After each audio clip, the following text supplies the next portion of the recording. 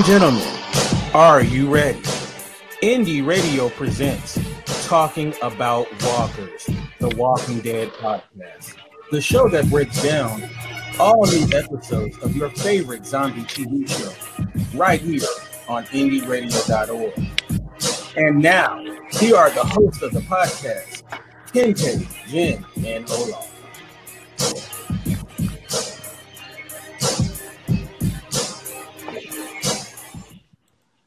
Hello and welcome to an all-new episode of Talking About Walkers, the Walking Dead podcast.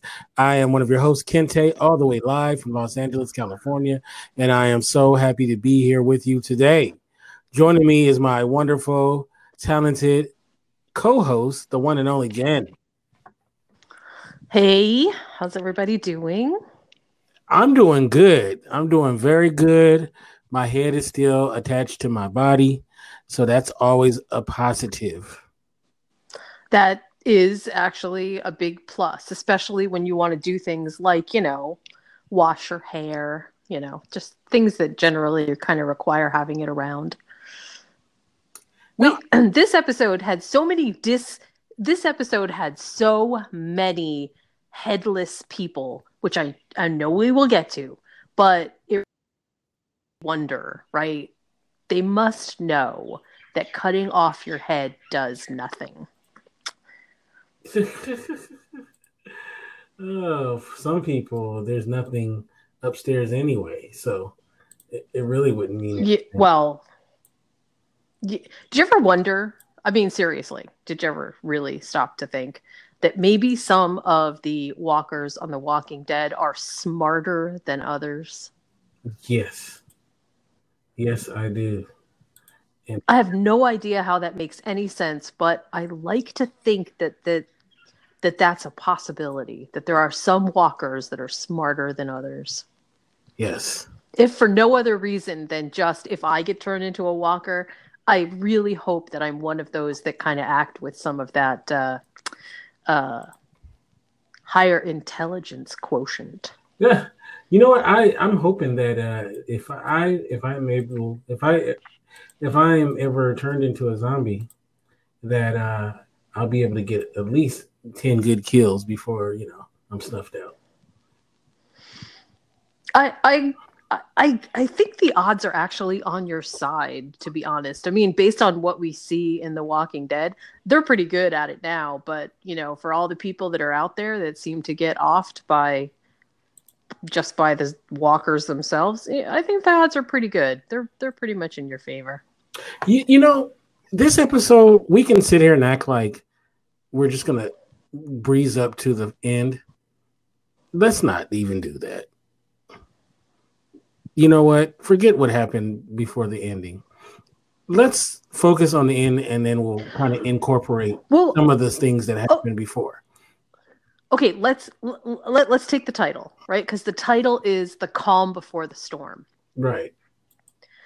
So I think we can extrapolate with fair certainty that the calm before the storm is the calm. This was the calm, the fair before what happened at the end happened. And then now what comes next? Because honestly, what comes next feels like that would be pretty damn pivotal.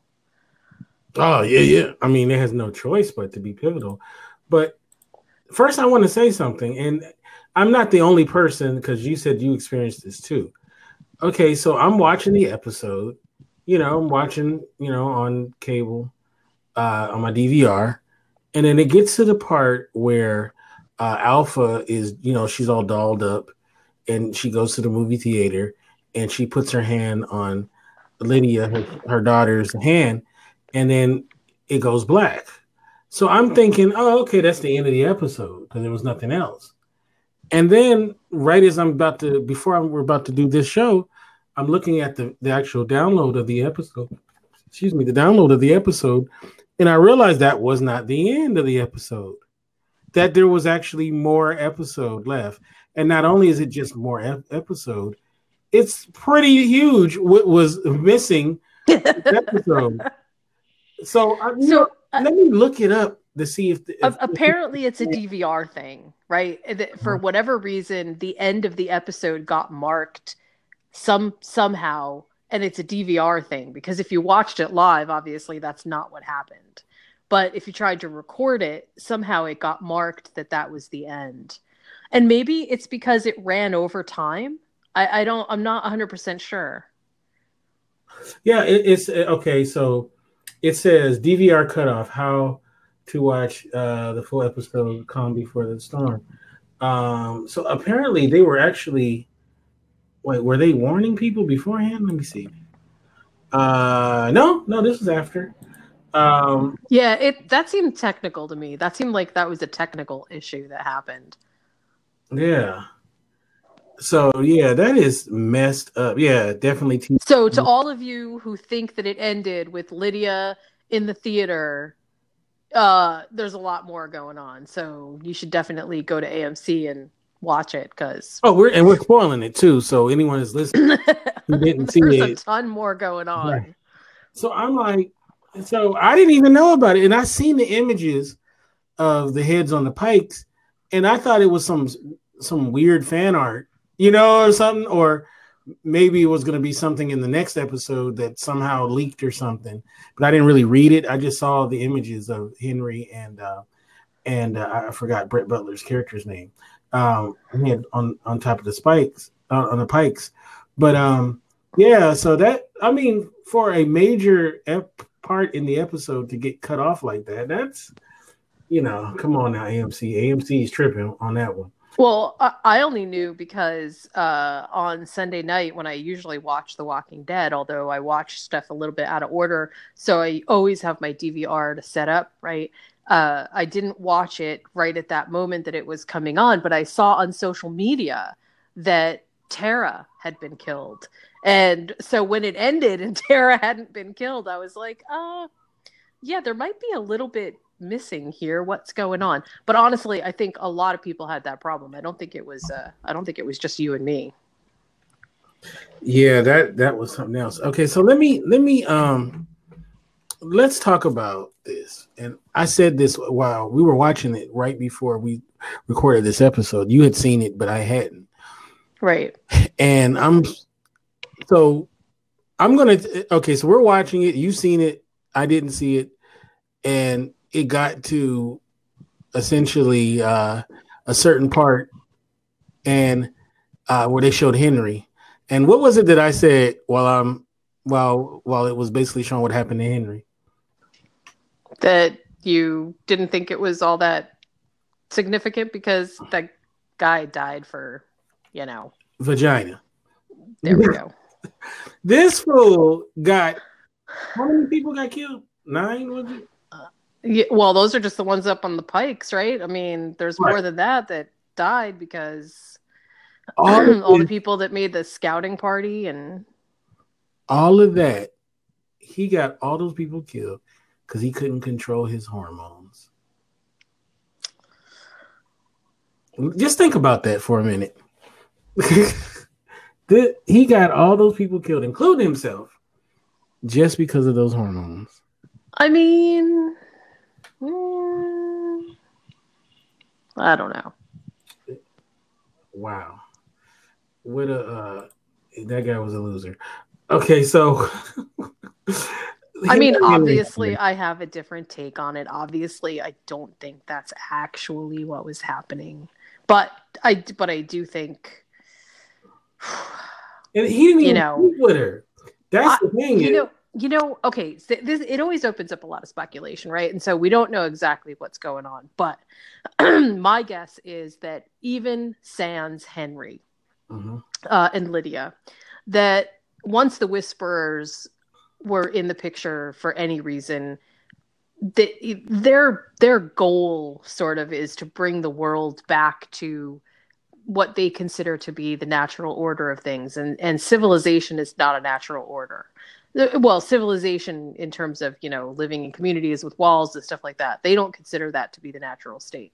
So whether Lydia and Henry, accelerated the timeline, I think that they would have been on a collision course no matter what. I don't think the Whisperers would have just passed through without them taking some notice. I just don't think it would have happened. At the end of so the you can be mad at Henry. I mean, yeah, but all those people might have died anyway. So I won't blame Henry. I won't blame Henry. It's Henry's fault. Henry. I mean, also, just by proxy, if this is the way that you feel, then that's probably the way that you feel like about Romeo and Juliet and things like that too, where, it's just clearly two stupid idiots but there's another way, obviously, to look at it. You can think about it you can think about it differently, I guess. But I hear you. Loud and clear. I get it. Yes. Just terrible. Okay, so let's talk about those who were murdered. We had the highwaymen, most of the highwaymen, not all of them, right? Yeah, there's still some that are left, I think. And we just started liking it. Remember, we were just talking about, oh man, I'm looking forward to seeing how. Well, we saw what happened. It seems like kind of a waste of good characters. And then we had Tara, who, can I be honest with you? Tara was starting to get on my nerves. Like, I really didn't like Tara's character anymore. Like, she was interesting in the beginning when she first was on the show. Yeah. And you know what? There is a thing that I call this syndrome that happens with characters where they're interesting in the beginning and then the writers are not in love with them anymore. So then they don't really write them anything good. And there's an actress named Gloria Rubin.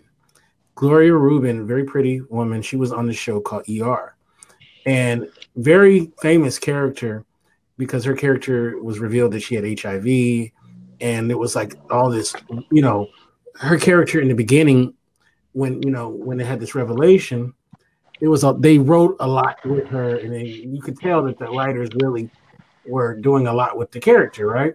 And then right. they get into this thing where I guess the writers fell out of love with the character. So they just kept putting them in, she was just on the show, but not really doing nothing on the show. You know what I'm saying?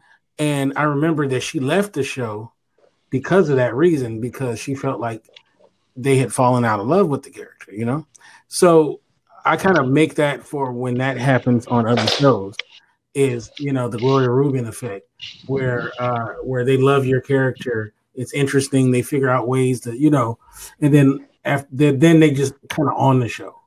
You understand what I'm saying? Well, it's weird. I do. And on The Walking Dead, it does feel like it feels very much to me like there's a tenuous relationship between a character being quote unquote good and a character's ability to stay on the show. And, I don't know if some of it is behind the scenes stuff or, actors get different roles to take and whatever. But I assume that a lot of it is just the way that the writers decide that character arcs are going to go.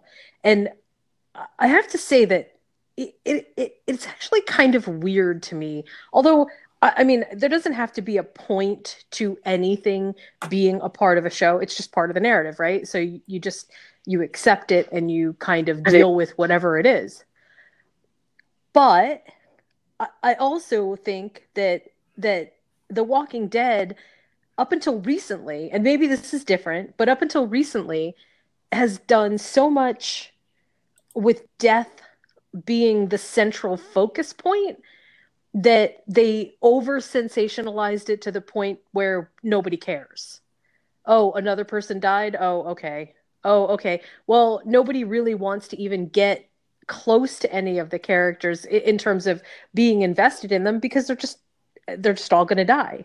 Mm-hmm. And it's actually a pretty weird feeling. It's like you feel detached from the show because you don't trust that anybody's going to live. So what's the point of sort of cheering for anybody's storyline when you just don't feel like any of them can stay around for the does that make sense? I mean, like, I'm not trying to diss the show, but there does come a point when it becomes so, pardon the pun, but it becomes so overkill that you're just desensitized and then it doesn't matter.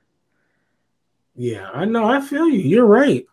And that's how I kind of felt like Tara's character. Nothing, not a diss to the actress. The actress is she did her part fine. It was more so how they wrote her. Well, and we also knew, right, though, that there had to be a way for Daryl to kind of come in and sweep in to the storyline to take the Hilltop thing over. So maybe this is what it is. Yeah. So Tara was on there. Of course, we talked about Henry. Oh my God, Enid was on there, and Enid, I think it was kind of a similar to the Tara thing. She was interesting when she first came on, and then they kind of struggled to how to keep her in. So, when you can't figure out how to write for a woman, you make her the girlfriend, So they tried that, and then I think it's pretty much, killing her off kind of just makes everything streamlined. So it's like, oh, okay, well, we'll just, it seemed like they put a lot of characters that they were running out of things to do with. So, the Walking Dead is starting to remind me of the classic Star Trek, right? I don't have anything identifiable yet, but it's kind of like, you always knew in Star Trek when someone was going to get killed because they were wearing red shirts, right? Mm-hmm. And so the Walking Dead is starting to feel a lot like that, where, there's all these little signs that happen ahead of time that make you go, oh yeah, that person's going to die. Yeah, they're going to be leaving soon, whatever. But this time with these characters in particular, other than Tara, because of, sort of outside in the real world, outside of the fictional universe, we knew that this was sort of maybe in the works. Other than that, none of these characters that died there was no forewarning. None of these characters felt like last week, you guys are in jeopardy. Right. Not at all. No.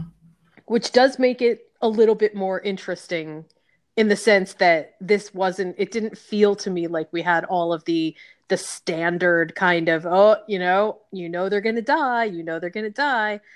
I almost thought that about, what's her name? The lady that ended up with baby Adam. Tammy. Tammy? Yes. Okay, I'm sorry, I don't have my sheet notes in front of me, so I couldn't remember her name. But I almost thought that about her, but that was a couple episodes back. And then when they got the baby, I thought, oh, no way. They'll keep them around now for a little while, and we'll just kind of see things here or there. But man, The Walking Dead is not nice to either young people or to the very old. Like, if you don't fit in that sweet spot in the center of that demographic, man, you are in for you better watch out. So everybody better be protecting Judith here, because it's not looking good for her. Judith gotta go. Nah. No, I agree. So, yeah, and nobody really that died was like a real sad thing, I mean, well, says you. Who died that you're like, oh man, this really changes? I personally think Henry dying now changes everything that maybe could have been a slight mirror from the comics to the show, because without Henry, what does that make Lydia? She's now an outsider in every single community, and there's no Henry to be the bridge. I mean, if there's any bridge, it's Daryl, but that feels tenuous. Well, you should be happy, because wasn't that the thing you complained about? Was that it was, but not that wasn't the solution. The solution for me wasn't to kill off Henry. The solution was to just make Lydia stronger, not kill off what made her not kill off the storyline that had started the whole thing. You know what I they don't know. you know what they would say to that is like, God, we heard what you said, so we get rid of him, and then now you're complaining. So they would be like, we can't win with you, woman. I will say though that killing off Henry, that it actually wasn't. I didn't feel so sad for Henry. Obviously, Henry's gone, so he doesn't feel any sadness. But I felt really bad for what this does to Carol and Ezekiel, because damn, I mean, man, never let it be said that you can ever be happy on The Walking Dead, because something surely is going to come and make you not happy. Yeah, well, if we go by the comic book, I'm kind of afraid for Ezekiel. Hopefully, they don't follow that. Yeah, I kind of hope not either. But with everybody leaving The Walking Dead the way that they are, it's kind of hard for me to believe that they would remove him from the show. They bet not. I don't know. Oh, well, I don't know, but it seems like that might not be quite the quick jump, just because there's got to be some strong continuity, and we're losing Michonne next year. We already lost Rick. Lauren is gone. Who else? Somebody else left too. And I mean, basically, we're left with Negan and Daryl and Judith. Right. I mean, somebody's got to lead the show. Feels to me like they got some hard choices to make here. What about Carl? We got Carl? Well, we don't really have Carl. Oh yeah, that's right. They killed him off. My bad. Wait. So, we have wait, what's Carl's mom's name? Dang, I just totally, Lori. I totally ruined that joke.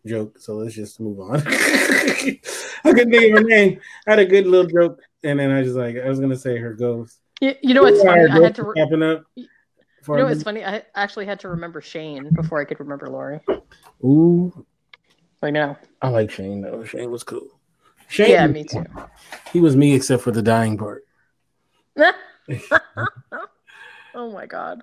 Yeah, no, but this episode was really good though. Like, except for the malfunction at the end. And they had I thought they did a Sopranos, at the end. But Jeez. It was a pretty good episode. It really lived up to the title. It did. And go ahead. And the big existential threat to me is not really the Whisperers, although obviously that's a part of it. But the giant threat that they're really facing is the horde of however many thousands in that quarry area.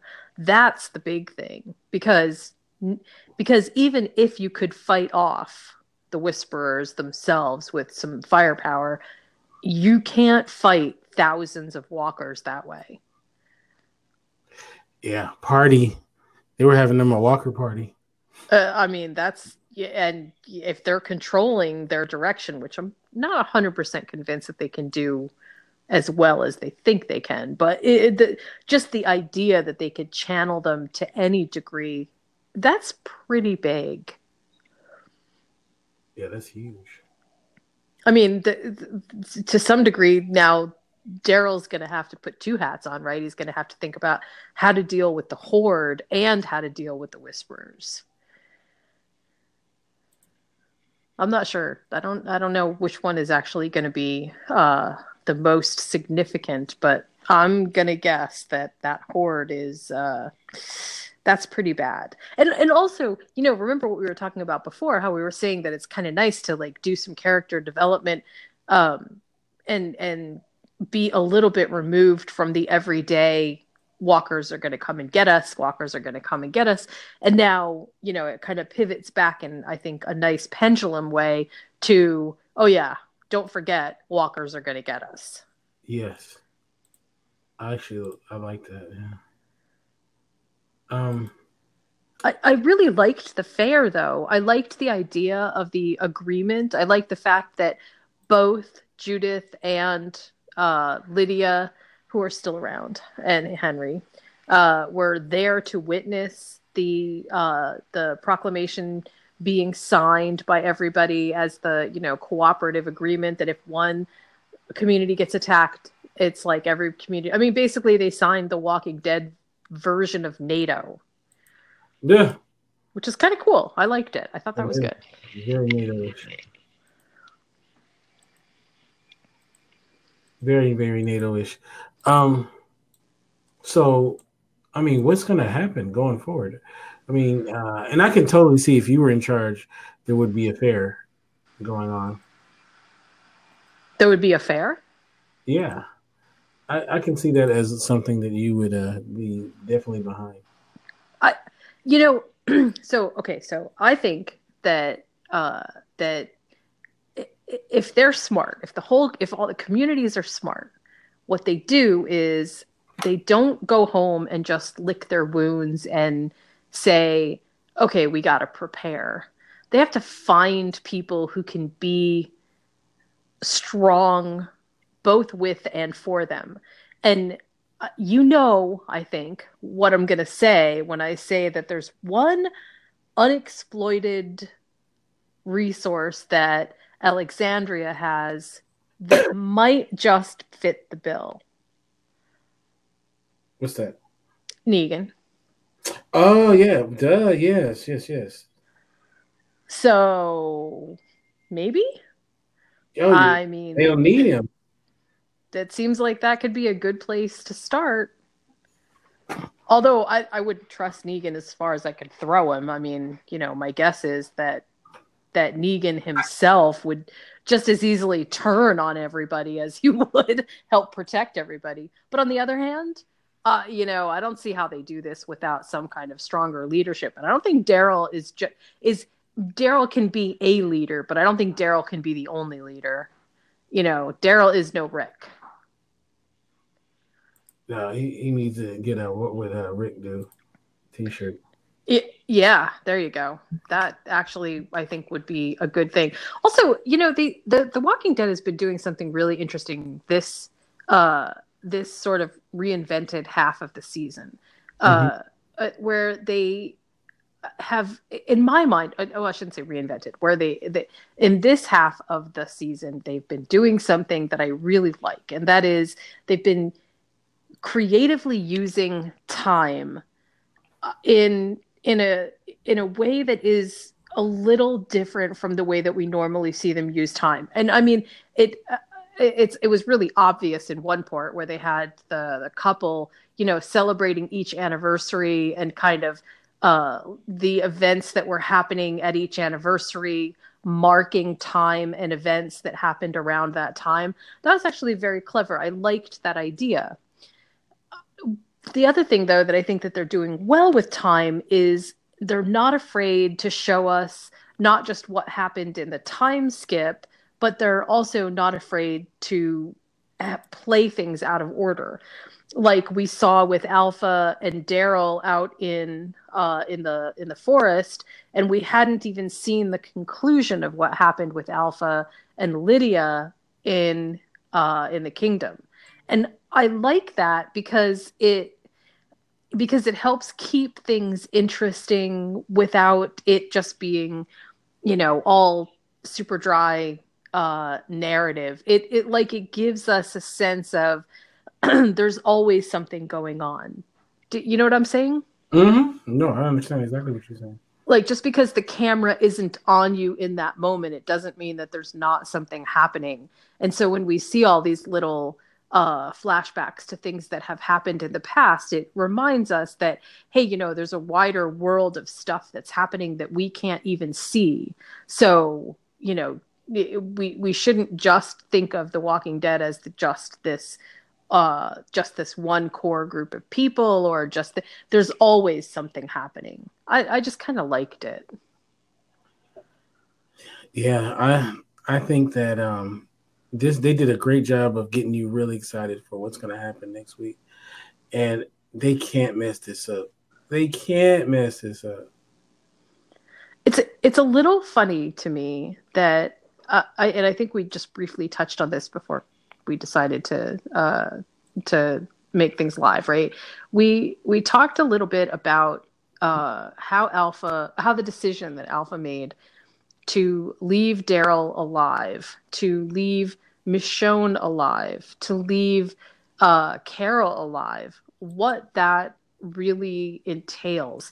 But the more that I think about it, the more I am sort of remembering some of the nature documentaries that I've seen and stuff, where the problem with killing off leaders or strong presences is that it leaves a power vacuum, and you don't know what's going to come into that power vacuum. And sometimes the devil that you do know is safer than the devil that you don't.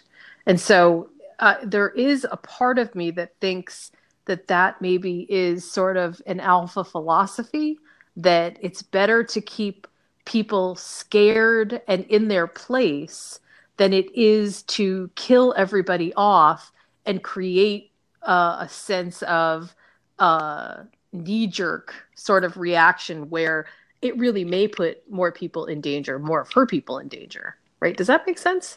Right, yeah. Makes really good sense. Yeah. Also, it means that Alpha can exploit them, right?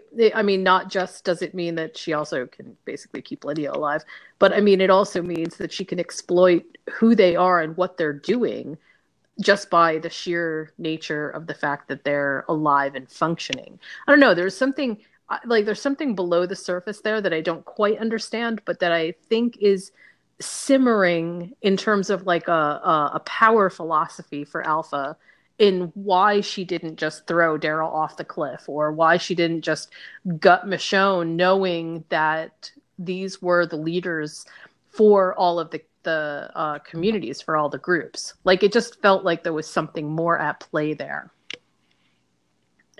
Yeah. I will say that I was really glad to see Oceanside, though.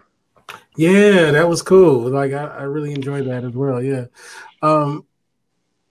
It's funny that we have, like, everybody comes together. They have this festive, occasion. Everything just seems really good, and then, we have what happens. And with that looming threat, that shouldn't have been able to happen. Like, what do they think? That they weren't going to hit back? Like, you know what I'm saying? Like, that shouldn't have happened. They shouldn't have. That the Whisperers weren't going to hit back? Or are you saying that the Whisperers...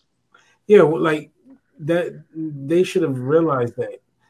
And so they really helped. They really, they weren't on the ball. So you can go with Daryl, who's supposed to be the leader, right? Because to be honest with you, Ezekiel really didn't know as much as Daryl and Michonne, and that's a failure on their part, that they left their those people unguarded. Well, okay. At this point, though, they didn't know, the kingdom didn't know that the Whisperers knew anything about the kingdom at all.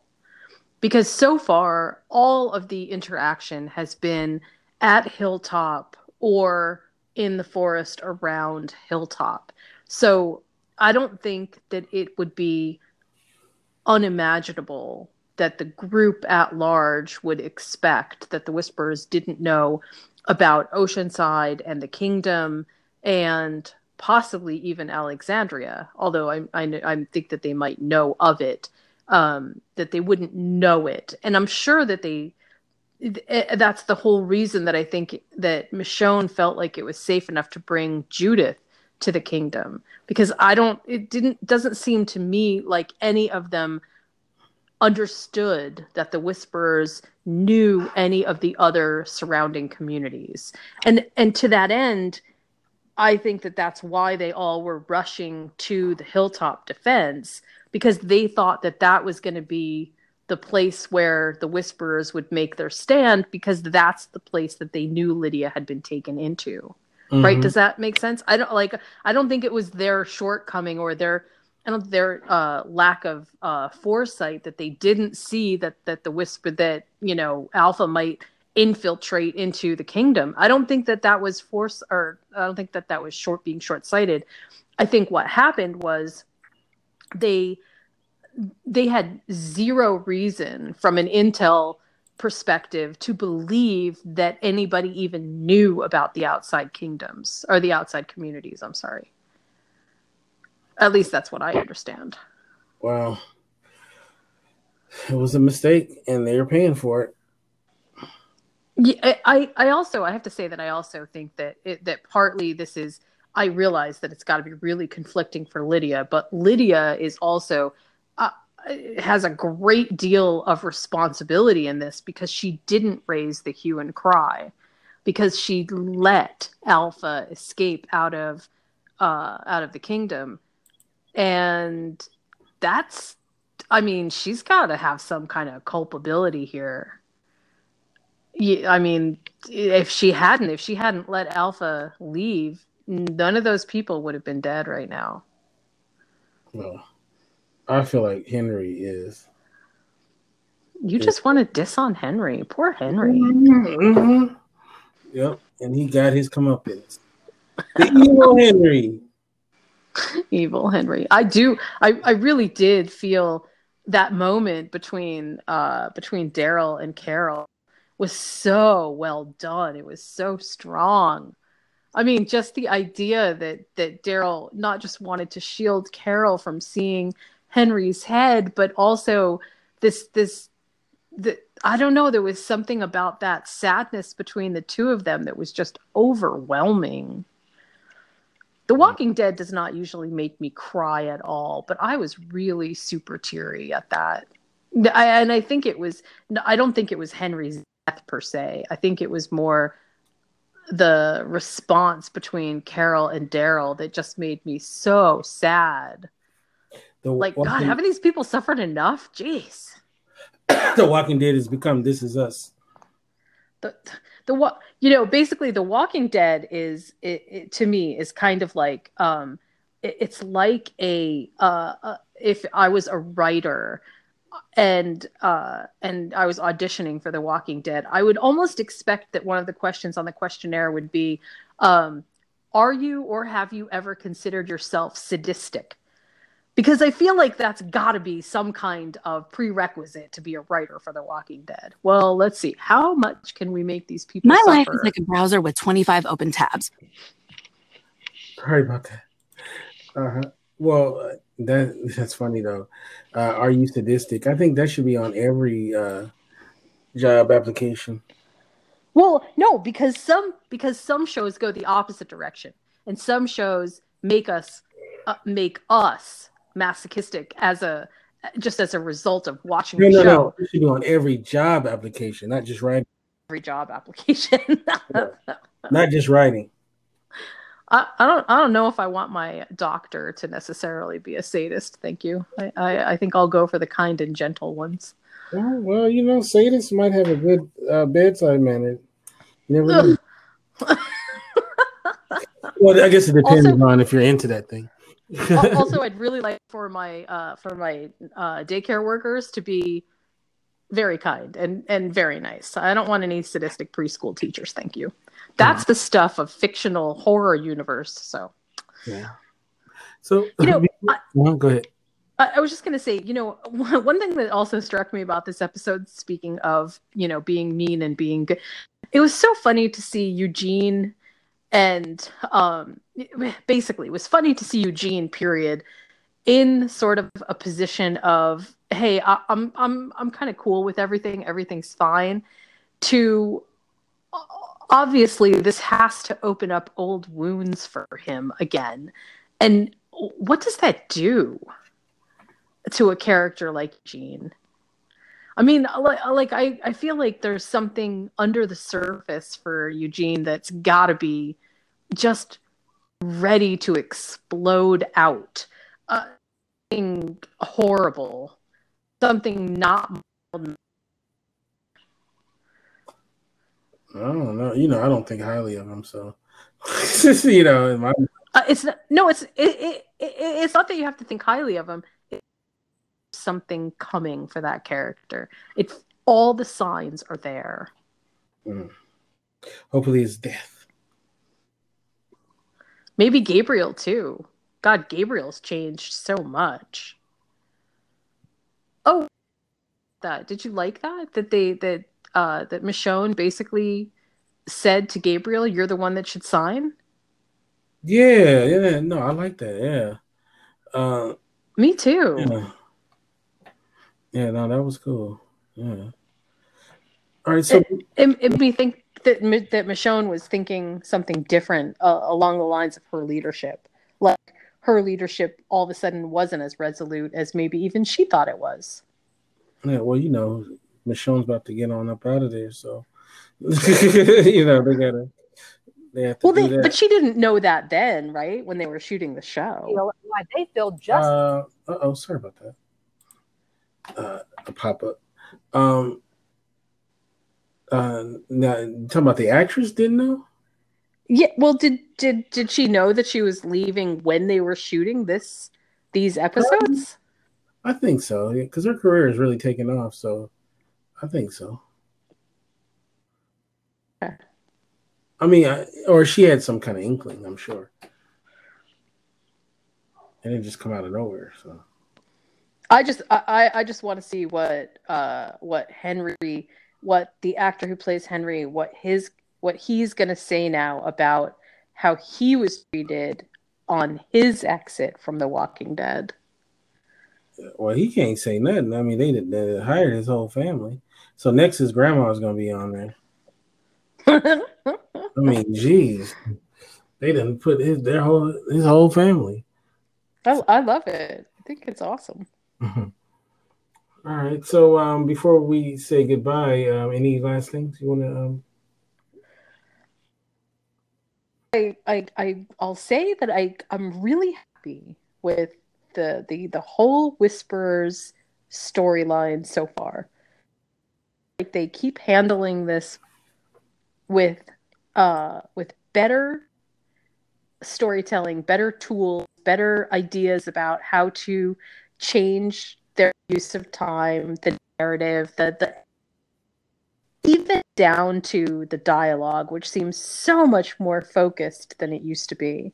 And I really appreciate it. As a fan, I don't mind sitting through an hour of The Walking Dead, even if I feel like, oh, it's going to be the same old stuff, because like they're paying attention to all the right things. And I like that a lot. Whereas I honestly, even if it had ratings before, the previous felt like it was so much rehashed material over and over again, and you could almost see every single trope coming from a mile away. And I love it when I'm surprised. Things happen that are unexpected that still makes sense. I hate it when things happen and they're, out of time and place. But I love it when things happen and they still. This episode did. It really surprised me.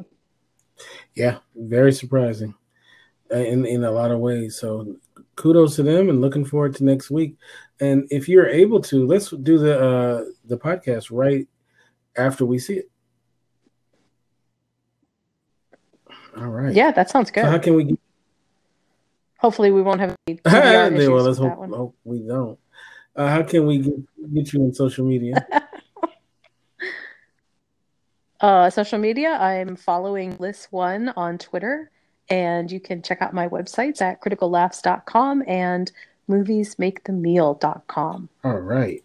And you can get me at Kinte F on Twitter, Kinte Ferguson at Instagram, and of course, indyradio.org. That's indyradio.org is the website. And we will be back next Sunday for the finale of season 9. It's so hard to believe, but season 9 of The Walking Dead. Peace.